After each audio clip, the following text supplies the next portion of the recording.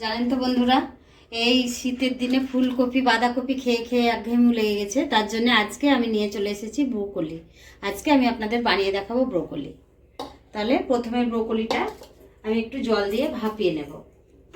তো নমস্কার বন্ধুরা, তৃষ্ণা রান্নাঘরে আপনাদের সকলকে স্বাগত। আজকে স্বাগত জানিয়ে দেখুন আমি আজকে আপনাদের জন্য নিয়ে চলে এসেছি ব্রোকলি। প্রথমে ব্রোকলিটা ভাপিয়ে নিচ্ছি। জলটা আমার গরম হয়ে এসছে, বাটিতে জল দিয়ে দিয়েছি। 2 থেকে 3 মিনিট এটা একটু ভাপিয়ে নেব। বাটিতে দিয়ে দিচ্ছি অল্প একটুখানি লবণ দিয়ে 2 থেকে 3 মিনিট এটা আমি গরম জলে ফুটিয়ে ভাপিয়ে নেব।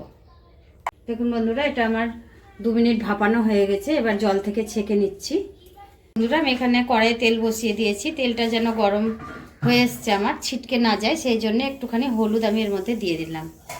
এবার ব্রোকলিটা আমি ভেজে নেব। ব্রোকলিটা অনেকটাই সবুজ অংশটা প্রায় সেদ্ধ হয়ে এসছে, তবে ডাঁটাগুলো এখনো সেদ্ধ হয়নি। একটু ভাজতে ভাজতে রান্না করতে এটা সেদ্ধ হয়ে আসছে।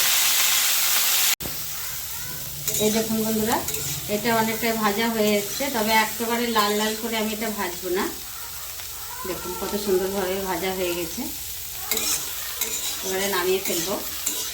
তবে আলুগুলো আমি এবার একটু ভেজে নেব। এগুলোকে একটু সেদ্ধ করে রেখেছি হালকাভাবে। বন্ধুরা, আলু কটা ভেজে নামিয়ে নিলাম। আর এখানে পরিমাণ মতো তেল দিয়ে দিয়েছি, অল্প একটুখানি চিনিও দিলাম। তেলটা গরম হয়ে এসছে, এখানে আমি দিয়ে দিচ্ছি 2টো মুখ ফাটানো এলাচ ফোড়নের জন্য, আর মৌরি মেথি কালো জিরে মিশিয়ে 5 ফোড়ন, ছোটো চামচের 1 চামচ, 2টো শুকনো লঙ্কা, 2টো তেজপাতা দিয়ে দেব। 2টো পেঁয়াজ এখানে কুচিয়ে রেখেছি পাতলা পাতলা করে।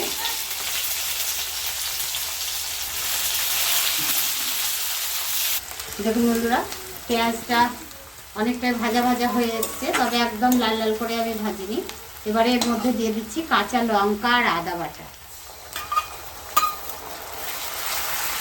দেবো 1 চামচ পরিমাণে ধনে গুঁড়ো, 1 চামচ জিরে গুঁড়ো। কাঁচা লঙ্কা তো আমি ঝালের জন্য দিয়েছি, তবে অল্প একটুখানি কালারের জন্য দিয়ে দিচ্ছি কাশ্মীরি লঙ্কার গুঁড়ো। যেমন কালার নেবেন যে যেমন, ঠিক তেমনি পরিমাণে দেবেন এটা। আমি অল্প 1 চামচ হলুদের গুঁড়ো। দেখুন বন্ধুরা, মশলাটা আমার অনেকটাই কষা কষা হয়ে এসছে, তেলও ছাড়ছে। তবে এর মধ্যেই আমি দিয়ে দেব কুচিয়ে রাখা টমেটোটা আর মটরশুঁটি। এর উপরে দিয়ে দেবো কয়েক টুকরো ধনেপাতা। টমেটো দেওয়ার পরে আমি এখানে লবণটা দিয়ে দিচ্ছি, যাতে টমেটোটা একটু নরম হয়ে আসে। লবণ দিয়ে আন্দাজ মতো লবণ দিয়ে দেবেন, যার যেমন পরিমাণের তরকারি। 2 মিনিট মতো ঢাকা দিয়ে দিচ্ছি। আসছি বন্ধুরা 2 মিনিট পর ঢাকা খুলে দেখে নেব আমার মশলাটা কীরকম হয়েছে। এই দেখুন, টমেটোগুলো নরম হয়ে গেছে, ধনেপাতাটাও সেদ্ধ হয়ে গেছে। আর এবারে এর মধ্যে আমি জলটা দিয়ে দেব গ্রেভির জন্য। ঠিক যতটা প্রয়োজন ততটাই জল আপনারা দেবেন। তাহলে এর মধ্যে তো আমি সবই দিয়ে দিয়েছি। এটা একটু লো টু মিডিয়াম আঁচে করবেন বন্ধুরা। গ্রেভিটা আমার ফুটে এসছে, তো আমি এর মধ্যে দিয়ে দেব আলু, ভেজে রাখা আলুগুলো।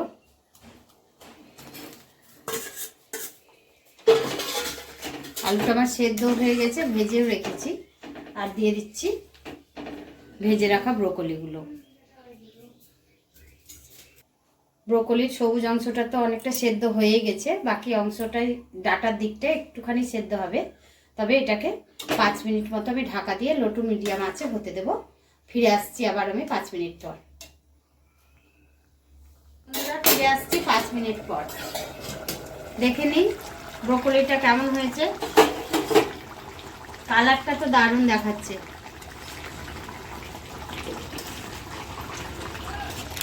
উপর থেকে অল্পখানি গরম মশলা ছিটিয়ে দিয়ে আমি নামিয়ে নেব এই ব্রোকলির তরকারি। গরম মশলাটা দিয়ে দিয়েছি, দিয়ে দিচ্ছি কয়েক টুকরো ধনে পাতাও। তাহলে একদম রেডি গরম গরম ব্রোকলি। রেডি আমার এই ব্রোকলির তরকারি। বন্ধুরা, এটা রুটির সাথে, ভাতের সাথে, লুচি, পরোটা যার সাথে খাবেন সব কিছুর সাথেই খাওয়া যাবে।